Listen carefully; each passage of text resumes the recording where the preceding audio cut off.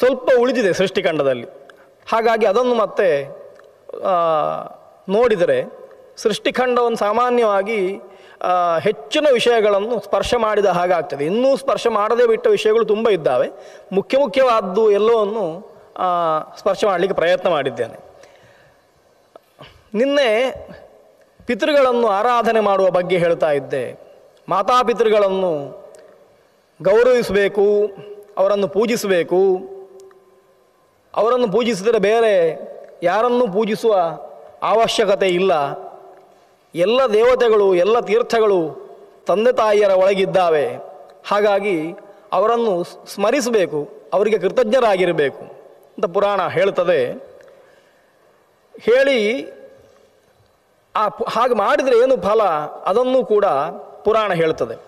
ವಿವಾಹ ವ್ರತ ಯಜ್ಞಾದೌ ಕೃತ್ವಾ ನಾಂದೀಮುಖಂ ದ್ವಿಜಃ ಅಕ್ಷಯಂ ಲಭತೆ ಪುಣ್ಯಂ ಗೋತ್ರಂ ತಸ್ಯ ಪ್ರವರ್ಧತೆ.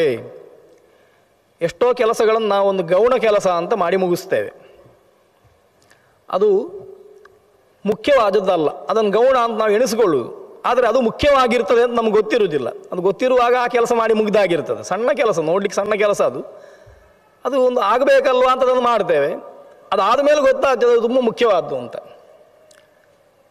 ನಮ್ಮಲ್ಲಿ ವೈದಿಕವಾದ ಕ್ರಿಯಾಕಲಾಪಗಳಲ್ಲಿ ಆರಂಭದಲ್ಲೂ ಒಂದಿಷ್ಟು ಕರ್ಮಗಳನ್ನು ಮಾಡಲಿಕ್ಕೆ ಎಲ್ಲರೂ ಹೇಳ್ತಾರೆ. ಎಲ್ಲ ಪ್ರಯೋಗಕಾರರು ಶ್ರುತಿ ಸ್ಮೃತಿಗಳನ್ನು ಪರಾಮರ್ಶ ಮಾಡಿ ಈ ರೀತಿ ಪ್ರಯೋಗ ಮಾಡಬೇಕು ಅಂತ. ಪ್ರಯೋಗ ಅಂತಂದರೆ ಯಾವುದೇ ಒಂದು ಯಜ್ಞ, ಒಂದು ಯಾಗ, ಒಂದು ಶಾಂತಿ ಕರ್ಮಗಳು, ಪೌಷ್ಟಿಕ ಕರ್ಮಗಳು, ಶ್ರಾದ್ದಾದಿ ಕರ್ಮಗಳು, ಪಿತೃಪೂಜಾದಿಗಳು, ಇವುಗಳನ್ನೆಲ್ಲ ಮಾಡಲಿಕ್ಕೆ ಒಂದು ನೋಟ್ಸ್ ಬೇಕು ನಮಗೆ. ಪುರಾಣ ಹೀಗೆ ಮಾಡಬೇಕು ಹೀಗೆ ಮಾಡಬೇಕು ಅಂತ ಹೇಳ್ತದೆ, ಸ್ಮೃತಿಗಳು ಕೂಡ ಹೀಗೆ ಮಾಡಬೇಕು ಅಂತ ಹೇಳ್ತದೆ.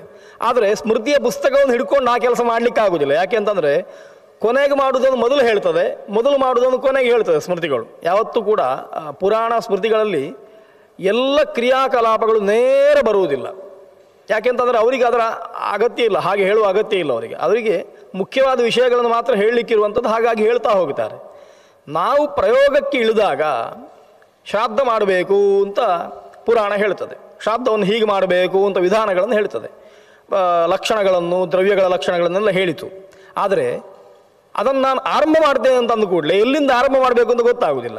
ಆಗ ಪುರಾಣ ನೋಡ್ತಾ ಕೂತ್ಕೊಂಡ್ರೆ ಕೆಲಸ ಮುಂದೆ ಹೋಗುವುದಿಲ್ಲ. ಅದಕ್ಕೋಸ್ಕರ ಋಷಿಗಳೇನು ಮಾಡಿದರು, ಅವುಗಳನ್ನೆಲ್ಲ ಕ್ರೋಢೀಕರಿಸಿ ಪ್ರಯೋಗ ಅಂತ ರಚನೆ ಮಾಡಿದರು. ಪ್ರಯೋಗಗಳನ್ನು ಮಾಡಿ ಆ ಪ್ರಯೋಗಗಳನ್ನು ಕೊಟ್ಟರು. ಆಗ ಆ ಪ್ರಯೋಗದ ಹಿಂದೆ ಇಂತಹ ಸ್ಮೃತ್ಯನುಸಾರಿ, ಇಂತಹ ಪುರಾಣಾನುಸಾರಿ ಅಂತ ಹಿಂದೆ ಬರಿತಾ ಇದ್ರು. ಈಗ ಪ್ರಯೋಗ ಗ್ರಂಥಗಳಲ್ಲಿ ಹಾಗೆ ಬರೆಯುವುದನ್ನು ಬಿಟ್ಟುಬಿಟ್ಟಿದ್ದಾರೆ. ಯಾಕೆ ಅಂತಂದರೆ ಪ್ರಯೋಗ ಗ್ರಂಥಗಳನ್ನು ಮುದ್ರಣ ಮಾಡುವವರಿಗೂ ಕೂಡ ಇದು ಎಲ್ಲಿಂದ ಬಂದದ್ದು ಗೊತ್ತಿಲ್ಲ. ಅವರಿಗೆ ಅವರ ಹಳೆಯ ನೋಟ್ಸೇ ಆಧಾರ ಅಂತ ಆಗಿ ಹೋಯಿತು. ಹಾಗಾಗಿ ಹಳೆಯ ನೋಟ್ಸ್ಗಳಲ್ಲಿ ಬರಿತಾ ಇದ್ದದನ್ನು ನಾವು ಬಿಟ್ಟುಬಿಟ್ಟಿದ್ದೇವೆ ಅಂತ. ಹೀಗೆ ಈ ಪುರಾಣದ ಕೊನೆ ಎಲ್ಲ ಸ್ತೋತ್ರದ ಕೊನೆಯಲ್ಲಿ ಇದು ಶ್ರೀ ಬ್ರಹ್ಮಾಂಡ ಪುರಾಣೆ, ಬ್ರಹ್ಮನಾರದ ಸಂವಾದೆ ಅಥವಾ ಇತಿ ಶ್ರೀ ಸ್ಕಂದ ಪುರಾಣೆ ಅಂತ ಕೊನೆಗೊಂದು ಹೇಳ್ತಾರಲ್ವ, ಅದನ್ನು ಹೇಳಬೇಕೋ ಬೇಡವೋ ಅಂತ ಎಷ್ಟೋ ಜನ ಕೇಳೋದುಂಟು. ಅದನ್ನು ಹೇಳಬೇಕೋ ಬೇಡವೋ, ಅದು ಸ್ತೋತ್ರದ ಅಂಗವೋ ಅಲ್ಲವೋ ಅಂತ. ನನ್ನ ಉತ್ತರ ಏನು ಅಂತಂದರೆ ಅದು ಸ್ತೋತ್ರದ ಅಂಗ ಅಲ್ಲದಿದ್ದರು ಕೆಲವರು ಕೇಳೋದುಂಟು, ಫಲಶ್ರುತಿಯನ್ನು ಹೇಳಬೇಕೋ ಬೇಡವೋ. ಈ ಮಂತ್ರವನ್ನು 3 ಸರ್ತಿ ಜಪಿಸಿದರೆ ಬೆಳಿಗ್ಗೆ ಎದ್ದು ಇಂತಹ ಫಲ ಸಿಗ್ತದೆ, ಅದು ಮಂತ್ರ ಅಲ್ಲ, ಅದು ಮಂತ್ರದ ಫಲಶ್ರುತಿ. ಹಾಗಾಗಿ ಅದನ್ನು ಬೇಡ ಅಂತ ಕೆಲವರು ಬುದ್ಧಿವಂತರು ಏನು ಹೇಳ್ತಾರೆ ಅಂತಂದರೆ, ನೀವು ಮಂತ್ರವನ್ನು ಮಾತ್ರ ಹೇಳಿದರೆ ಸಾಕು, ವಿಷ್ಣು ಸಹಸ್ರನಾಮವನ್ನು ಮಾತ್ರ ಹೇಳಿದರೆ ಸಾಕು, ಅದರ ಶ್ರುತ್ವಾ ಧರ್ಮಾನ ಶೇಷೇಣ ಇತ್ಯಾದಿಗಳನ್ನು ಅದಾದಮೇಲೆ ಬರುವಂತಹ ಶ್ಲೋಕಗಳನ್ನು ಹೇಳಬೇಕಾಗಿಲ್ಲ ಅಂತ. ಅಂದರೆ ವಿಷ್ಣು ಸಹಸ್ರನಾಮ ಅಂದರೆ ಅದೆಲ್ಲ ಅಲ್ಲ, ವಿಶ್ವಂ ವಿಷ್ಣು ಅಂತ ಆರಂಭ ಮಾಡಿ ಸರ್ವಪ್ರಹರಣ ಆಯುಧ ಎನ್ನುವಂಥದ್ದು ಮಾತ್ರ ಸಹಸ್ರನಾಮ, ಉಳಿದದ್ದು ಬೇಡ ಅಂತ. ಅದನ್ನು ನಾನು ಒಪ್ಪುತ್ತೇನೆ. ಆದರೆ ಉಳಿದದ್ದು ಬೇಡ ಅನ್ನೋದನ್ನು ಒಪ್ಪುವುದಿಲ್ಲ. ಯಾಕೆ ಅಂತಂದರೆ ಉಳಿದದ್ದನ್ನು ಬೇಡ ಅಂತ ನಾವು ಬಿಟ್ಟರೆ ಮತ್ತೆ ಬಂದವರಿಗೆ ಸಹಸ್ರನಾಮ ಪುಸ್ತಕ ಮಾತ್ರ ಪ್ರಿಂಟ್ ಆಗಿ ಬರುವುದು, ಮಹಾಭಾರತ ಪ್ರಿಂಟ್ ಆಗಿ ಬರುವುದಿಲ್ಲ, ಅದನ್ನು ನಾವು ತಗೊಳ್ಳೋದು ಇಲ್ಲ. ಅದನ್ನು ಪ್ರಿಂಟ್ ಮಾಡಿ ಬರುವಾಗ ಮಕ್ಕಳಿಗೆ ಈ ಸಹಸ್ರನಾಮ ಎಲ್ಲಿ ಬಂದದ್ದು ಅಂತ ಗೊತ್ತಿಲ್ಲ, ಅದರ ಪೂರ್ವಾಪರ ಗೊತ್ತಿರುವುದಿಲ್ಲ. ಅದಕ್ಕೋಸ್ಕರ ಅಗತ್ಯ ಇಲ್ಲದಿದ್ದರೂ ಅಷ್ಟನ್ನು ಹೇಳಿ ಅಂತ. ಹಾಗಾಗಿ ಸ್ತೋತ್ರದ ಕೊನೆಯಲ್ಲಿ ಬರುವಂಥ ಇತಿ ಕಾರದಿಂದ ಇಂತಹ ಪುರಾಣದಲ್ಲಿರುವಂತಹ ಇಂಥವರು ಹೇಳಿದಂಥದ್ದು ಸಂಪೂರ್ಣ ಅಂತ ಹೇಳುವ ವಾಕ್ಯ ಉಂಟಲ್ಲ, ಆ ವಾಕ್ಯ ಅದು ಮಹತ್ವ ಇಲ್ಲ ಅಂತ ನಾವು ಎಣಿಸಿಕೊಂಡ್ರು ಅದಕ್ಕೊಂದು ಮಹತ್ವವನ್ನು ಕಲ್ಪಿಸಿ ಅದನ್ನು ಹಾಗೆ ಹೇಳುವುದರಿಂದ ಉಪಯೋಗ ಏನು ಅಂತಂದರೆ, ಕೊನೆ ಪಕ್ಷ ಇಂತಹ ಪುರಾಣದಲ್ಲಿ ಇದು ಉಂಟು ಅಂತ ಗೊತ್ತಿರ್ತದೆ, ಇಂಡೆಕ್ಸ್ ಆದರೂ ಗೊತ್ತಿರ್ತದೆ, ನಂಬರ್ ಆದರೂ ಗೊತ್ತಿರ್ತದೆ. ಆ ದೃಷ್ಟಿಯಿಂದ ಅದು ಮರೆಯದೇ ಇರುವ ಅಂತ ಹಿಂದಿನವರು ಬರಿತಾ ಇದ್ದದ್ದು ಅಂತ. ನಾವು ಅದನ್ನು ಮತ್ತೆ ಬೇಡ ಅಂತ ಬಿಟ್ಟಿದ್ದೇವೆ. ಅನೇಕರು ಹೇಳ್ತಾರೆ ಹಾಗೆ ಬಿಡುವ ಪಕ್ಷಕ್ಕೆ ನಾವು ಆಲೋಚನೆ ಮಾಡಬೇಕಾ ಅಂಥದ್ದು, ಬಿಡಬೇಕೋ ಬೇಡವೋ ಅನ್ನುವಂಥದ್ದು. ನನ್ನ ಪ್ರಕಾರ ಅದನ್ನು ಹಾಗೆ ಹೇಳುವ. ಯಾಕೆ ಅಂತಂದರೆ ಎಷ್ಟೋ ಜನಕ್ಕೆ ಗೊತ್ತಿಲ್ಲದವರಿಗೆ ಅದು ಇಲ್ಲುಂಟು ಅಂತ ಗೊತ್ತಾಗ್ತದೆ, ಈ ಜಾಗದಲ್ಲಿ ಉಂಟು ಅಂತ ಒಂದು ಗೊತ್ತಾಗ್ತದೆ ಅಂತ. ಆ ದೃಷ್ಟಿಯಿಂದ ಪ್ರಯೋಗ ಗ್ರಂಥಕಾರರು ಹಾಗೆ ವ್ಯವಸ್ಥೆ ಮಾಡಿದರು. ಈ ಪ್ರಯೋಗದಲ್ಲಿ ಸಣ್ಣ ಸಣ್ಣ ಪ್ರಯೋಗಗಳಿದ್ದಾವೆ. ಯಾವುದಾದ್ರೂ ಒಂದು ಯಜ್ಞ ಮಾಡ್ತೀರಿ ಅಂತಂದರೆ ಪುಣ್ಯಾಹ ಮಾಡಬೇಕು. ಪುಣ್ಯಾಹ ಅಂತಂದರೆ ಈ ದಿವಸ ಒಳ್ಳೆಯದಾಗಲಿ ಅಂತ ಹೇಳುವಂಥದ್ದು. ನಾಂದಿ ಮಾಡಬೇಕು. ನಾಂದಿ ಮುಖ ಅಂತ ಉಂಟು. ನಾಂದಿ ಮುಖ ಅಂತಂದರೆ ಪುಣ್ಯಾಹ ಆದ ಕೂಡಲೇ ಪ್ರಧಾನ ಕರ್ಮಕ್ಕಿಂತ ಮೊದಲು ಮಾಡಿ ಮುಗಿಸುವ, ಒಂದು 10 ನಿಮಿಷದಲ್ಲಿ ಮಾಡಿ ಮುಗಿಸುವ ಒಂದು ಕರ್ಮ ಅಂತ ಆಗಿ ಹೋಗಿದೆ ನಮ್ಮಲ್ಲಿ, ಒಂದು ಕ್ರಿಯೆ, ಒಂದು ಪೂಜೆ. ಆದರೆ ಪುರಾಣ ಅದೊಂದು ದೊಡ್ಡ ಪಿತೃಪೂಜೆ ಅಂತ ಕರೀತಾ ಉಂಟು. ನಾಂದಿ ಮುಖ ಅಂತಂದರೆ ಪಿತೃಗಳನ್ನು ಆವಾಹನೆ ಮಾಡಿ, ನಮಗೆ ನಿಯಮ ಹಾಗೆ, ದೇವಪಿತೃ ಕಾರ್ಯಾಭ್ಯಾಂ ನ ಪ್ರಮಜಿತವ್ಯಂ, ದೇವತಾ ಕಾರ್ಯದಿಂದಲೂ ಪಿತೃಕಾರ್ಯದಿಂದಲೂ ನೀನು ಯಾವತ್ತೂ ಕೂಡ ವಿರತನಾಗಬೇಡ ಅಂತ ಹೇಳ್ತದೆ ವೇದ. ಹಾಗಾಗಿ ಅವುಗಳಿಂದ ನಾವು ಹೊರತಾಗಬಾರದು. ಆದ್ದರಿಂದ ಅದನ್ನು ಮಾಡಬೇಕು ಅಂತಂದರೆ ಪಿತೃಕಾರ್ಯವನ್ನು ಹೇಗೆ ಮಾಡೋದು ಅಂತ, ಅಕ್ಕಿ ಇದ್ದರೆ ತೆಂಗಿನಕಾಯಿ ಇದ್ದರೆ 2 ಕೂರ್ಚ ಇದ್ದರೆ ಆಗುತ್ತದೆ ಅಂತ ನಾಂದಿ ಮುಖ ಅಂತ ಇವತ್ತು ಆಗಿದೆ. ಆ ರೀತಿ ಆಗುತ್ತಾ ಉಂಟು. ಪ್ರಯೋಗ ಮಾಡ್ತಾ ಇದ್ದಾರೆ, ನಾವೆಲ್ಲ ಮಾಡ್ತಾ ಇದ್ದೇವೆ ಕೂಡ, ನನ್ನನ್ನು ಸೇರಿಸಿ. ಆದರೆ ಅದರ ಸಾರ್ಥಕ್ಯ ಎಲ್ಲಿ ಅಂತ ಕೇಳಿದರೆ ಪ್ರತ್ಯಕ್ಷವಾಗಿ ಪಿತೃಗಳನ್ನು ಆರಾಧನೆ ಮಾಡಬೇಕು ಅಂತ ಇರುವಂಥದ್ದು ತುಂಬ ದೀರ್ಘವಾದ ಪ್ರಕ್ರಿಯೆ. ಅದು ಹೊತ್ತು ಹ್ರಸ್ವ ಆಗಿ ಹೋಗಿದೆ. ಪುರಾಣ ಹೇಳ್ತದೆ ಅದನ್ನು ಎಲ್ಲ ಕಡೆಯಲ್ಲಿ ಮಾಡಬೇಕು. ವಿವಾಹ, ವ್ರತ, ಯಜ್ಞಾದೌ ಕೃತ್ವ ನಾಂದಿ ಮುಖಂ ದ್ವಿಜಃ. ವಿವಾಹ ಮಾಡುವಲ್ಲಿ ವ್ರತ, ಉಪನಯನ ಇತ್ಯಾದಿ ವ್ರತಗಳಿರ್ಬೋದು. ಉಪನಯನ ಆದಮೇಲೆ ಮಾಡುವಂತಹ ಮಹಾನಾಮ್ನಿ, ಮಹಾವ್ರತ, ಉಪನಿಷತ್ತು ಎನ್ನುವಂತಹ ವ್ರತ ಚತುಷ್ಟಯಗಳು ಏನುಂಟು, ಗೋದಾನ ವ್ರತ ಚತುಷ್ಟಯಗಳು, ಅವುಗಳಲ್ಲಿ ಕೂಡ ಮಾಡಬೇಕು. ಸಮಾವರ್ತನೆಗೂ ಅದನ್ನು ಮಾಡಬೇಕು ಅಂತೆಲ್ಲ ಹೀಗಿರುವಂಥದ್ದು. ಹೀಗೆ ಎಲ್ಲ ವ್ರತಗಳಲ್ಲೂ ಕೂಡ ಮೊದಲಿಗೆ ಪುಣ್ಯಾಹ ಆದಮೇಲೆ ನಾಂದಿಯ ಮುಖವನ್ನು ಮಾಡಬೇಕು ಅಂತ ಅದು ನಮ್ಗೆ ಗೊತ್ತುಂಟು, ನಾವು ಮಾಡ್ತೇವೆ.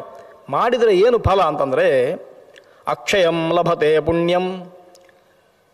ಪುಣ್ಯ, ತುಂಬ ಪುಣ್ಯವನ್ನು ಪಡೀತಾನೆ, ಕ್ಷಯವಾಗದಷ್ಟು ಪುಣ್ಯವನ್ನು ಪಡೀತಾನೆ. ಆಯಿತು, ಪುಣ್ಯವನ್ನು ಪಡೆಯುವ. ಮತ್ತೆ ಗೋತ್ರಂ ತಸ್ಯ ಪ್ರವರ್ಧತೆ. ಪಿತೃಗಳನ್ನು ಆರಾಧನೆ ಮಾಡಿದ್ರಿಂದ ಏನಾಗುತ್ತದೆ ಪ್ರಧಾನವಾಗಿ ಅಂತ ಕೇಳಿದರೆ ಗೋತ್ರಂ ತಸ್ಯ ಪ್ರವರ್ಧತೆ. ನಮ್ಮ ವಂಶ ಎನ್ನುವಂಥದ್ದು ಅದು ನಿರ್ವಂಶ ಆಗುವುದಿಲ್ಲ. ಅದು ಮತ್ತೆ ಮತ್ತೆ ಅದು ಕವಲು ಕವಲಾಗಿ ಒಡೆದು ವಿಸ್ತಾರವಾದ ವೃಕ್ಷದ ಹಾಗೆ ಆಗುತ್ತದೆ, ಮಹಾವೃಕ್ಷವಾಗುತ್ತದೆ ಅಂತ ಅರ್ಥ. ಹಾಗಾಗಿ ನಮ್ಮ ಹೆಸರು ಉಳಿತದೆ, ಕೀರ್ತಿ ಉಳಿತದೆ ಎನ್ನುವುದಕ್ಕಿಂತ ಹೆಚ್ಚು ನಮ್ಮ ಸಂತತಿ ಎನ್ನುವಂಥದ್ದು ಅದು ವಿಸ್ತಾರವಾಗುತ್ತದೆ. ಆ ಗೋತ್ರ ಪ್ರವರ್ಧನ ಎನ್ನುವಂಥದ್ದು ತುಂಬ ಅನಿವಾರ್ಯವಾದದ್ದು ಈಗಿನ ಕಾಲಕ್ಕೂ ಕೂಡ. ಆ ದೃಷ್ಟಿಯಿಂದ ಅದು ಆಗುವಂಥದ್ದು ಪಿತೃಗಳ ಆರಾಧನೆಯಿಂದ. ಹಾಗಾಗಿ ಅದನ್ನು ಮಾಡಬೇಕು ಅಂತ ಪ್ರಶಂಸೆ ಮಾಡ್ತದೆ ಪದ್ಮಪುರಾಣ. ಇನ್ನು ನಮ್ಮಲ್ಲಿ ಎಲ್ಲ ಕ್ರಿಯೆ ಮಾಡುವಾಗ ಒಂದು ಸಾಮಾನ್ಯ ಪ್ರಶ್ನೆ ಉಂಟು. ಎಲ್ಲ ವಿಸ್ತಾರವಾಗಿ ಪುರಾಣಗಳು ಹೇಳ್ತವೆ, ಸ್ಮೃತಿಗಳು ಹೇಳ್ತವೆ, ವೇದದಲ್ಲಿ ಕೆಲವು ವಾಕ್ಯಗಳಿದ್ದಾವೆ. ಆದರೆ ಅದನ್ನು ಮಾಡಲಿಕ್ಕೆ ಇವತ್ತಿನ ಕಾಲಕ್ಕೆ ತುಂಬ ಕಷ್ಟ. ಒಂದಷ್ಟು ದ್ರವ್ಯಗಳು ಬೇಕು, ಅದನ್ನು ದಾನ ಮಾಡಬೇಕು, ಅದಕ್ಕೋಸ್ಕರ ಆ ದ್ರವ್ಯವನ್ನು ಸಂಪಾದನೆ ಮಾಡಬೇಕು, ಅದಕ್ಕೆ ಹಣ ಬೇಕು. ಹಾಗಾಗಿ ಹಣ ಇಲ್ಲದೆ ಯಾವುದೂ ಆಗುವುದಿಲ್ಲ ನಾವು ಎಣಿಸಿಕೊಂಡಿದ್ದೇವೆ. ಇವತ್ತಿನ ಯುಗದಲ್ಲಿ, ಇವತ್ತಿನ ವ್ಯವಸ್ಥೆಯನ್ನು ನೋಡುವಾಗ ಸ್ವಲ್ಪ ಹಣ ಇದ್ದವನಿಗೆ ಯಾವುದೇ ದೊಡ್ಡ ಕೆಲಸಗಳನ್ನು ಮಾಡಲಿಕ್ಕೆ ಆಗುವುದಿಲ್ಲ. ಆರಾಧನಾದಿ ದೊಡ್ಡ ದೊಡ್ಡ ಕೆಲಸಗಳು ಇದ್ದರೆ ಆ ಕೆಲಸಗಳನ್ನು ಮಾಡಲಿಕ್ಕೆ ಸ್ವಲ್ಪ ಹಣ ಇದ್ದವನಿಗೆ ಸಾಧ್ಯವೇ ಆಗುವುದಿಲ್ಲ ಎನ್ನುವ ಪರಿಸ್ಥಿತಿ ನಾವು ಈ ವೈಭವದ ಹುಚ್ಚಿಗೆ ಬಿದ್ದು ತಂದುಕೊಂಡಿದ್ದೇವೆ. ಸಣ್ಣ ಕೆಲಸ ಆದರೂ ನಮಗೆ ಅತಿ ವೈಭವದಿಂದ ಮಾಡಬೇಕು. ವಿವಾಹಾದಿ ಕ್ರಿಯೆಗಳು, ಒಂದು ಗಂಡಿಗೆ ಕನ್ಯೆಯನ್ನು ದಾನ ಮಾಡಿ ಸಹಧರ್ಮಶ್ಚರ್ಯತಾ ಅಂತ ಉಪದೇಶ ಮಾಡಿ ಕಳಿಸುವಂಥದ್ದು ಸಣ್ಣ ಕ್ರಿಯೆ. ಅದು ದೊಡ್ಡ ಕ್ರಿಯೆ ಅಂತಂದರೆ ಇವತ್ತು ನಾವು ನೋಡುವಷ್ಟು ದೊಡ್ಡ ಮಟ್ಟದಲ್ಲಿ ಮಾಡಬೇಕು ಅಂತಿಲ್ಲ. ಅದಕ್ಕೊಂದು 1000 ಜನಕ್ಕೆ ಅಡಿಗೆ ತಯಾರಿ ಮಾಡ್ತೇವೆ, ಅದಕ್ಕೊಂದಷ್ಟು ಲೈಟಿಂಗ್ ಮಾಡ್ತೇವೆ, ಒಂದಷ್ಟು ವಾದ್ಯಗಳನ್ನು ತರ್ತೇವೆ, ಅದಕ್ಕೆ ಶೃಂಗಾರ ಮಾಡಲಿಕ್ಕೆ ಒಂದಷ್ಟು ಖರ್ಚು ಮಾಡ್ತೇವೆ. ಹೀಗೆ ಎಲ್ಲ ಖರ್ಚು ಮಾಡಿ ವಿವಾಹದ ಪ್ರಕ್ರಿಯೆ ಅನ್ನುವಂಥದ್ದನ್ನು ಗೌಣ ಮಾಡ್ತೇವೆ. ಅದೊಂದು ಅರ್ಧ ಗಂಟೆಯಲ್ಲಿ ಮುಗಿದ್ರೆ ಸಾಕು ಅಂತ, ಅದನ್ನು ಹೆಚ್ಚಬೇಕು ಅಂತಿಲ್ಲ, ಹೊರಗಿದ್ದೇ ಇರಲಿ ಅಂತ ಉತ್ಸವವನ್ನು ಹೆಚ್ಚು ಮಾಡ್ತೇವೆ, ಆರಾಧನೆಯನ್ನು ಕಮ್ಮಿ ಮಾಡ್ತೇವೆ ಅಂತ. ಈ ದೃಷ್ಟಿಯಿಂದ ನೋಡಿದರೆ ಇದೆಲ್ಲ ಅಗತ್ಯ ಇಲ್ಲ ಅಂತ. ಈಗ ಕೋವಿಡ್ ಬರಲಿಕ್ಕೆ ಹೋಗಿ ನಮ್ಗೆ ಸ್ವಲ್ಪ ಅನುಕೂಲ ಆದ್ದೇನು ಅಂತಂದರೆ 10 ಜನರಲ್ಲೂ ಮದುವೆ ಮಾಡ್ಲಿಕ್ಕೆ ಗೊತ್ತಾಯಿತು, 25 ಜನರಲ್ಲೂ ಮದುವೆ ಮಾಡ್ಲಿಕ್ಕೆ ಗೊತ್ತಾಯಿತು. ಆಗ್ತದೆ ಅಂತ ನಮಗೊಂದು ಬಂತು, ಅಂದಾಜೇ ಇರಲಿಲ್ಲ ಹೀಗೊಂದು ಮಾಡಲಿಕ್ಕೆ ಆಗ್ತದೆ ಅಂತ. ಹಿಂದೆ ಹೀಗೆ ಆಗ್ತಾ ಇತ್ತು. ಹಾಗಾಗಿ ಇದನ್ನೆಲ್ಲ ಮಾಡ್ತಾ ಹೋಗುವಾಗ ಹಣ ಹೆಚ್ಚು ಬೇಕು ಅಂತ ಸಾಮಾನ್ಯರಿಗೆ ಒಂದು ನಿಯಮ ಇರ್ತದೆ. ಮದುವೆಗೆ ಅಂತಂದರೆ 1 ಲಕ್ಷ ಕಟ್ಟಲೇಬೇಕು ಅಂತ. ಕೋವಿಡ್ ಬಂದ ಸಂದರ್ಭದಲ್ಲಿ 1000 ರೂಪಾಯಿ ಇದ್ದರೂ ಮದುವೆ ಮಾಡ್ಬೋದು ಅಂತ ಗೊತ್ತಾಯಿತು. ಸಾಲ ಮಾಡದೆ ಮದುವೆ ಮಾಡಲಿಕ್ಕೆ ಆಗ್ತದೆ ಅಂತ ಗೊತ್ತಾಯಿತು. ಪುರಾಣ ಹೇಳ್ತದೆ, ಯಾವುದೇ ಕರ್ಮ ಮಾಡುವಾಗ ಕರ್ಮಕ್ಕೆ ಅತ್ಯವಶ್ಯಕವಾದ ವಸ್ತುಗಳನ್ನು ಸ್ವೀಕಾರ ಮಾಡಿ ಅದರಿಂದಲೇ ಅದನ್ನು ಮುಗಿಸ್ಲಿಕ್ಕೆ ಬರ್ತದೆ. ವಿಸ್ತಾರ ಮಾಡಬೇಕು ಅಂತಿಲ್ಲ. ಎಲ್ಲಿವರೆಗೆ ಅಂದರೆ ನಮಗೆ ಶಾಸ್ತ್ರಗಳೇ ನಿರ್ಬಂಧ ಮಾಡ್ತವೆ. ಶ್ರಾದ್ಧೆ ಕುರ್ಯಾನ್ನ ವಿಸ್ತಾರಂ, ಪಿತೃಶ್ರಾದ್ದವನ್ನು ಮಾಡ್ತಿ ಅಂತಾದರೆ ಕ್ರಿಯೆಯಲ್ಲಿ ವಿಸ್ತಾರ ಮಾಡಲಿಕ್ಕೆ ಹೋಗಬೇಡ, ಅದನ್ನು ಹೆಚ್ಚು ಹೆಚ್ಚು ಮಾಡಲಿಕ್ಕೆ ಹೋಗಬೇಡ. ಈ ವರ್ಷ ಒಂದು ರೀತಿ ಮಾಡೋದು, ಬರುವ ವರ್ಷ ಒಂದು ರೀತಿ ಮಾಡೋದು, ಇನ್ನು ಹಾಗೆ ಮಾಡಬೇಡ. ಯಾಕೆ ಅಂತಂದರೆ ಅದು ಪ್ರತಿ ವರ್ಷ ಮಾಡಬೇಕಾದ್ದು, ಪ್ರತಿ ಸಾಂವತ್ಸರಿಕ ಶ್ರಾದ್ದ ಒಂದೇ ರೀತಿ ಆಗಬೇಕು. ವಿಸ್ತಾರ ಮಾಡ್ತಾ ಹೋದರೆ ಮುಖ್ಯ ಅಂಶ ಗೌಣ ಆಗುವ ಸಾಧ್ಯತೆ ಉಂಟು, ಉಳಿದ ಅಂಶಗಳೇ ಹೆಚ್ಚಾಗುವ ಸಾಧ್ಯತೆ ಉಂಟು. 100 kg ಬಂಗಾರದ ಆಭರಣ ಹಾಕಿ ಮಗಳನ್ನು ಮದುವೆ ಮಾಡಿಕೊಡ್ತೇನೆ ಅಂತ ಯಾರಾದರೂ ಸಂಕಲ್ಪ ಮಾಡಿದರೆ ಮಗಳಿಗೆ ಹೊತ್ಕೊಳ್ಳಿಕ್ಕಾಗಬೇಕಲ್ವ? ಅದಕ್ಕೋಸ್ಕರ ಆ ರೀತಿಯ ಕೆಲಸಗಳನ್ನು ಮಾಡಲಿಕ್ಕಾಗೋದಿಲ್ಲ. ಯಾವುದನ್ನು ಮಾಡಬೇಕು ಅದನ್ನು ಮಾಡಬೇಕು ಅಂತ. ಹಾಗಾಗಿ ಪುರಾಣ ನಮಗೆ ಒಳ್ಳೆಯ ವಿಷಯ ಹೇಳ್ತದೆ, ಪಿತೃಶ್ರಾದ್ದ ಮಾಡಬೇಕು ಅಂತ. ತುಂಬ ಖರ್ಚಾಗ್ತದೆ, ನನ್ನ ಹತ್ರ ಹಣ ಇಲ್ಲ ಅಂತ ಬಡವ ಹೇಳ್ತಾನೆ. ಅವನಿಗೆ ಪುರಾಣ ಮತ್ತೊಂದು ವಿಧಾನವನ್ನು ಹೇಳ್ತದೆ. ಇದು ಎಲ್ರಿಗೂ ಹೇಳುವಂಥದ್ದಲ್ಲ. ಆದರೆ ಪುರಾಣದ ದೃಷ್ಟಿ ನೋಡಿ, ವ್ಯಾಸರ ದೃಷ್ಟಿ ನೋಡಿ, ಏನೂ ಇಲ್ಲದ ನಿಷ್ಕಿಂಚನೂ ಕೂಡ ಪುಣ್ಯದಿಂದ ವಂಚಿತನಾಗಬಾರದು. ಅವನ ಪಾಪಗಳನ್ನು ಪರಿಹಾರ ಮಾಡಿಕೊಳ್ಳಿಕ್ಕೆ ಅವನಿಗೊಂದು ಮಾರ್ಗ ಉಂಟು. ಎಷ್ಟು ಪುರಾಣ ಹೇಳ್ತದೆ ಅಂದರೆ, ಸರ್ವಾಭಾವೇ ಪಿತೃತಿಥೌ ಗೋಭ್ಯ ಘಾಸಂ ದದಾತಿಯ ಫಲಂಚ ಪಿಂಡದಾನಸ್ಯ ಸಂಪ್ರಾಪ್ನೋತ್ಯಧಿಕಂ ನರಃ. ಪಿತೃಶ್ರಾದ್ದವನ್ನು ಎಲ್ಲರೂ ಮಾಡಬೇಕು. ತಂದೆಯ ತಾಯಿಯ ಮೃತ ತಿಥಿಯಲ್ಲಿ ಮಾಡಬೇಕು. ಅದು ಮಾಡಲಿಕ್ಕೆ ಒಂದಿಷ್ಟು ಕ್ಷೇತ್ರಕ್ಕೆ ಹೋಗಬೇಕು, ಪಿಂಡ ಪ್ರದಾನ ಮಾಡಬೇಕು, ಅಥವಾ ಮನೆಗೆ ಯಾರನ್ನಾದರೂ ಕರಿಬೇಕು, ಪಿಂಡ ಪ್ರದಾನ ಮಾಡಬೇಕು, ಏನಾದರೂ ದಾನ ಕೊಡಬೇಕು, ಊಟ ಹಾಕಬೇಕು ಅಂತ ಹಾಗೆಲ್ಲ ವ್ಯವಸ್ಥೆಗಳು ಉಂಟಲ್ವ. ಇದೆಲ್ಲ ಮಾಡಲಿಕ್ಕೆ ಏನಾದರೂ ಇವತ್ತಿನ ದಿವಸದಲ್ಲಿ ಒಂದು 2,000 10,000 ರೂಪಾಯಿ ಖರ್ಚಾಗುತ್ತದೆ ಅಂತ ನಾವು ಆಲೋಚನೆ ಮಾಡ್ತೇವೆ. ಇಷ್ಟು ಬೇಕು, ಇಲ್ಲದಿದ್ದರೆ ಆಗುವುದಿಲ್ಲ ಅಂತ. ಇಲ್ಲ, ಸಾಲ ಮಾಡಿ ಯಾವುದೇ ದೇವರ ಆರಾಧನೆ ಮಾಡಬೇಡಿ ಅಂತಲೇ ಹೇಳ್ತದೆ ಪುರಾಣ. ಮತ್ತೆ ವಿತ್ತಶಾಟ್ಯಂ ನ ಕೂರ್ವೀತ ಅಂತ ಹೇಳುವ ಪುರಾಣವೇ ಯಾರತ್ರ ಕಾಡಿಬೇಡಿ ಮಾಡಬೇಡಿ ಅಂತಲೂ ಹೇಳ್ತದೆ. ಕೆಲಸ ಮಾಡುವಾಗ ಯಾವ ದೃಷ್ಟಿಯಿಂದಲೂ ಹಣ ಖರ್ಚಾಗ್ತದೆ ಅಂತ ಜಿಪುಣತನವನ್ನು ತೋರಿಸಬೇಡಿ ಅಂತ ಪುರಾಣ ಹೇಳುವಂಥದ್ದು. ಅದೇ ಪುರಾಣ ಇಲ್ಲದಿದ್ದರೆ ಸಾಲ ಮಾಡಬೇಡಿ ಅಂತಲೂ ಹೇಳ್ತದೆ. ಹಾಗಿರುವಾಗ ಪಿತೃಶ್ರಾದ್ದ ಹಣ ಇಲ್ಲದವ ಏನು ಮಾಡಬೇಕು? ಅಥವಾ ದ್ರವ್ಯ ಇಲ್ಲದವ ನಿಷ್ಕಿಂಚನ ಬಡವ ಇದ್ದಾನೆ, ಏನು ಮಾಡಬೇಕು ಅಂತ ಕೇಳಿದರೆ, ಕೈಯಲ್ಲಿ ಇದ್ದದ್ದನ್ನು ದಾನ ಮಾಡು. ಇಲ್ಲ, ಏನೂ ಇಲ್ಲ, ಒಂದು ವರಾಟಿಕವೂ ಇಲ್ಲ ಅಂತ ಪುರಾಣದ್ದೇ ಮಾತು. ನನ್ನ ಹತ್ರ ಒಂದು ವರಾಟಿಕೆಯೂ ಇಲ್ಲ ಹೇಳ್ತಾ ಅಂತ, ಒಂದು ಕವಡೆಯೂ ಇಲ್ಲ ಅಂತ. ಹಿಂದೆ ಕವಡೆಯನ್ನು ಹಣ ಆಗಿ ಉಪಯೋಗ ಮಾಡ್ತಾ ಇದ್ರು. ಹಾಗೆ ಒಂದು ವರಾಟಿಕೆಯೂ ಇಲ್ಲ ಅಂತ ಯಾರಾದರೂ ಹೇಳಿದರೆ ಅವನಿಗೆ ಹೇಳ್ತಾರೆ, ಸರ್ವಾಭಾವೇ ಪಿತೃತಿಥೌ ಗೋಭ್ಯ ಘಾಸಂ ದದಾತಿಯ. ಒಂದು ಕತ್ತಿ ಹಿಡ್ಕೊಂಡು ಹೋಗು ಗದ್ದೆಗೆ ಅಥವಾ ಹುಲ್ಲುಗಾವಲಿಗೆ, ಒಂದಷ್ಟು ಹುಲ್ಲುಗಳನ್ನು ಕೊಯ್ದು ಒಂದು ಕಟ್ಟು ಮಾಡಿ ಅದನ್ನು ತಲೆಯಲ್ಲಿ ಹೊತ್ತುಕೊಂಡು ಬಂದು ದನದ ಮುಂದೆ ಆ ಹುಲ್ಲನ್ನು ಹಾಕಿ, ಪಿತೃಗಳು ತೃಪ್ತರಾಗಲಿ, ನನಗೆ ಶ್ರಾದ್ದ ಮಾಡಲಿಕ್ಕೆ ಸಂಪತ್ತಿಲ್ಲ ಅಂತ ಕೈ ಮುಗಿದು ಪ್ರಾರ್ಥನೆ ಮಾಡಿದರೆ, ಪಿಂಡ ಪ್ರದಾನ ಮಾಡಿ ಸಾಂಗವಾಗಿ ಶ್ರಾದ್ದ ಮಾಡಿದರೆ ಎಷ್ಟು ಫಲವೋ ಅಷ್ಟು ಫಲ ಸಿಗುತ್ತದೆ ಅಂತ ವ್ಯಾಸರು ಉದ್ಘೋಷಣೆ ಮಾಡ್ತಾರೆ.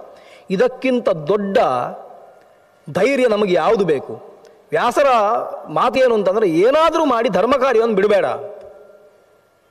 ಇವತ್ತು ಹಣ ಇಲ್ಲ, ಹಾಗಾದರೆ ಈ ವರ್ಷ ಬೇಡ, ಬರುವ ವರ್ಷ ಮಾಡುವ, ಪೋಸ್ಟ್ಪೋನ್ ಮಾಡ್ತೇವೆ ಅಂತ ಹೇಳಿಬಿಡ್ತೇವೆ. ಹಾಗೆ ಬೇಡ ಅಂತ ವ್ಯಾಸರು ಹೇಳ್ತಾರೆ, ಅದನ್ನು ಮಾಡಬೇಕು ಅಂತ. ಇದು ಕೇವಲ ಶ್ರಾದ್ದಕ್ಕೆ ಮಾತ್ರ ಹೇಳಿದ್ದು, ಶ್ರಾದ್ದಕ್ಕೆ ಮಾತ್ರ ಅಲ್ಲ, ಇದನ್ನು ಇಟ್ಟುಕೊಂಡು ಎಲ್ಲ ಕಡೆಗೂ ಇದನ್ನು ತರಬಹುದು. ಯಾವುದಾದ್ರೂ ಒಂದು ಕೆಲಸ ಮಾಡಬೇಕು, ಅದನ್ನು ಮಾಡಲಿಕ್ಕೆ ಆಗುವುದಿಲ್ಲ ಅಂತಂದರೆ ಶ್ರದ್ಧಾಭಕ್ತಿಯಿಂದ ಸಣ್ಣ ಸಣ್ಣ ಕ್ರಿಯೆಗಳನ್ನು ಮಾಡುವುದರ ಮೂಲಕ ಅದನ್ನು ಮಾಡಿದ ಫಲವನ್ನು ಹೊಂದ್ತೇವೆ ಅಂತ. ಹಾಗಂತ ಬೇಕಾದಷ್ಟು ಸಂಪತ್ತಿದ್ದವನು ಹಾಗಾದರೆ ಒಂದು ಕಟ್ಟು ಹುಲ್ಲಿನಲ್ಲೇ ಶ್ರಾದ್ದ ಮುಗೀತದೆ, ಏನು ಮಾಡಬೇಕಾಗಿಲ್ಲ ಅಂತ ಕೂತ್ಕೊಂಡ್ರೆ ಅದಾಗುವುದಿಲ್ಲ. ಇಲ್ಲಿ ಹೇಳಿದ್ದು ಎಲ್ಲಿ ಅಂತಂದರೆ ಆಪದ್ಧರ್ಮ ಅಂತ ಹೇಳಿದ್ದು. ಏನೂ ಇಲ್ಲದವನಿಗೆ ಈ ವಾಕ್ಯ ಹೇಳಿದ್ದು, ಎಲ್ಲ ಇದ್ದವನಿಗೆ ಅಲ್ಲ ಅಂತ. ಎಲ್ಲ ಇದ್ದವ ಅದನ್ನು ಸ್ವಲ್ಪ ವ್ಯಯ ಮಾಡಬೇಕು, ಸಂಪತ್ತನ್ನು ವ್ಯಯ ಮಾಡಬೇಕು. ಯಾಕೆ ಅಂತಂದರೆ ಸಂಪತ್ತು ವ್ಯಯ ಆಗದೇ ಇದ್ದರೆ ಅವನಿಗೆ ವೈರಾಗ್ಯ ಬರುವುದಿಲ್ಲ. ವೈರಾಗ್ಯ ಬಾರದಿದ್ದರೆ ಭಗವದ್ಭಕ್ತಿ ಬರುವುದಿಲ್ಲ ಅಷ್ಟೇ. ದೇವರಲ್ಲಿ ಭಕ್ತಿ ಬರಬೇಕಾದ್ರೆ ಇದೆಲ್ಲ ಪೂರಕ ಎನ್ನುವ ದೃಷ್ಟಿಯಿಂದ ದಾನ ಮಾಡಿ ತ್ಯಾಗ ಮಾಡಿ ಅಂತ ಹೇಳುವಂಥದ್ದು. ಇಲ್ಲದಿದ್ದರೆ ತ್ಯಾಗ ಮಾಡಬೇಕು ಅಂತ ಯಾಕೆ ಹೇಳಬೇಕು? ಭಗವದ್ಭಕ್ತಿಗೂ ನಮ್ಮಲ್ಲಿರುವಂಥ ಬ್ಯಾಂಕ್ ಬ್ಯಾಲೆನ್ಸಿಗೂ ಯಾವ ಸಂಬಂಧವೂ ಇಲ್ಲ ನೋಡ್ಲಿಕ್ಕೆ ಹೋದರೆ. ಶಾಸ್ತ್ರ ಹೇಳುವುದು ಯಾಕೆ ಅಂತಂದರೆ, ಯಾವುದನ್ನು ನೀವು ಕಳ್ಕೊಂಡು ಸ್ವಲ್ಪ ಹಗುರವಾಗ್ತೀರೋ ಆಗ ಮತ್ತೊಂದನ್ನು ತುಂಬಿಸಿಕೊಳ್ಳಿಕ್ಕೆ ಆಗ್ತದೆ ಅಂತ. ನಮ್ಮ ಚೀಲ ಇಷ್ಟೇ ದೊಡ್ಡದಿರು, ಅದರಲ್ಲಿ ಅದಕ್ಕಿಂತ ಹೆಚ್ಚು ಹಿಡಿಯುವುದಿಲ್ಲ. ಬೇರೆ ಹಿಡಿಬೇಕಾದ್ರೆ ಯಾವುದನ್ನಾದರೂ ನೀವು ಕಳ್ಕೊಳ್ಳೇಬೇಕು. ಆದ್ದರಿಂದ ತ್ಯಾಗ ಮಾಡಿ ಅಂತ ಶಾಸ್ತ್ರ ಹೇಳ್ತದೆ. ಈ ದೃಷ್ಟಿಯಿಂದ ಉಪಕಾರ ಮಾಡ್ತಾರೆ, ಸಣ್ಣ ಸಣ್ಣ ವಿಷಯಗಳನ್ನು ಹೇಳಿ.